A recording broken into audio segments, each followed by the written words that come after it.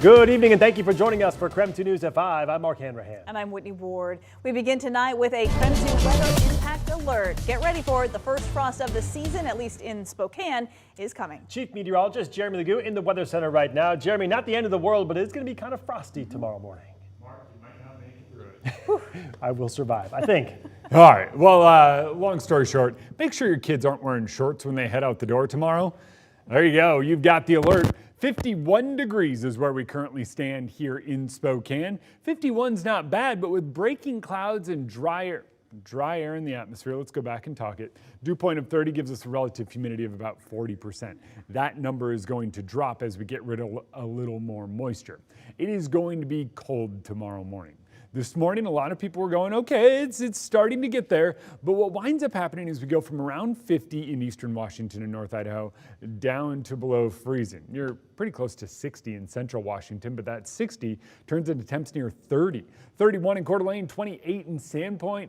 How about 24 in Deer Park? That's chilly. 32 in Spokane and around 31 in Pullman and Moscow. All those college kids, just get ready. It's going to be a somewhat cooler start to the day. A few scattered showers working their way out of the region. That's a sign of us drying out. And as the sun goes down, we lose a little more of that energy. So expect things to continue to change. We've got a big atmospheric trough at play and also some dry air overhead. So everything dries out and clears out. Our temperatures fall down to around freezing. Tomorrow afternoon we'll be back up in the 50s, 60s on Saturday, 70 on Sunday. I threw it on there because we might do it, but hey, it's fun to talk about. All right, sounds good, Jeremy. Thank you very much. Today, U.S. Senate candidates for Washington, Dr. Raul Garcia and Senator Maria Cantwell took the stage in Seattle to debate the top issues for Washington.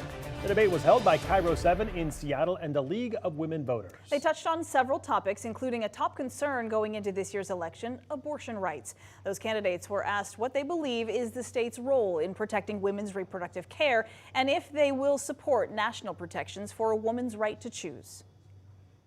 I have a long career where I would never handicap the medical profession from performing procedures that are life savings.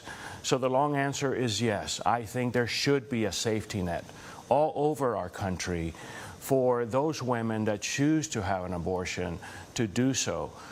The Dobbs decision has caused a burden on Washington, bringing other patients to our health care to provide those procedures because those states don't. What I want to do is go back to Washington and fight to codify Roe v. Wade into national law.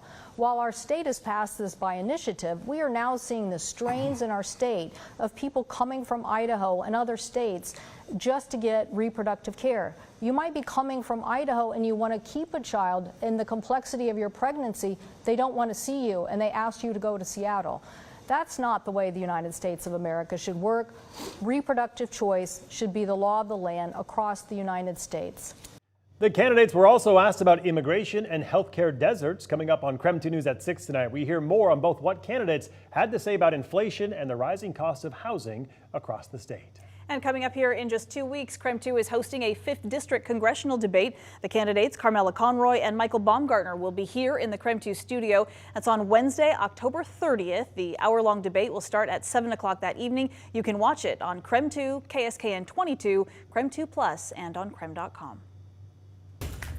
Our other top story tonight, whooping cough is surging across the country and has now made its way to Spokane County. KREM 2's Christian Garza spoke with Spokane Regional Health District and Panhandle Health District officials to find out what the numbers are really looking like here locally. Christian? Yeah, well, whooping cough cases are not just surging across our area, but they're surging across the country as a whole. That's why Spokane Regional Health District is doing everything they can to educate the community and to make sure that you have all the necessary resources to protect you and your kids.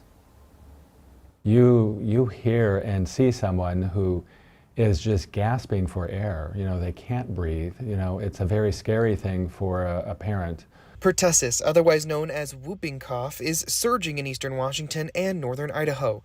According to stats from the CDC, as of October 12th, there were 902 reported cases in Washington state alone, which is a drastic difference from the 44 cases that were reported at this time in 2023.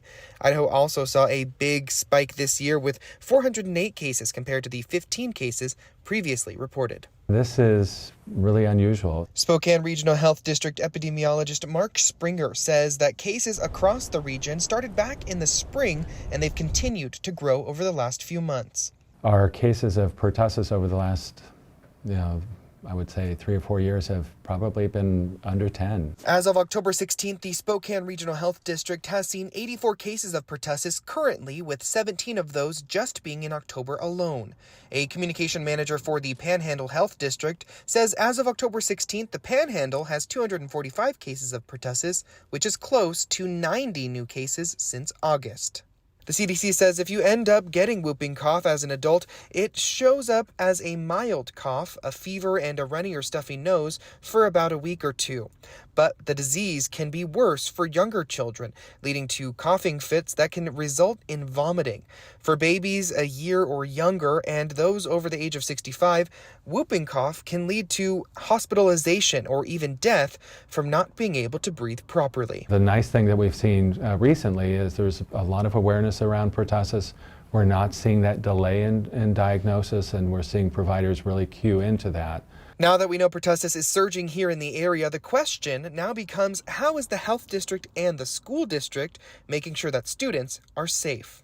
Spokane Public School spokesperson Ryan Lancaster says that as of right now, the district isn't seeing an alarming rate of whooping cough cases or absences, but they always work with the health district to make sure every student is as safe as they can be. We do a lot of work with school districts across the county to support, school districts in terms of getting their immunization rates up.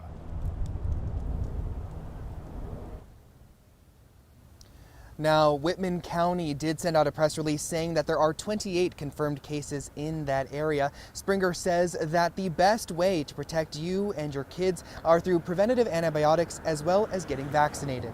Christian Garza, KREM 2 News.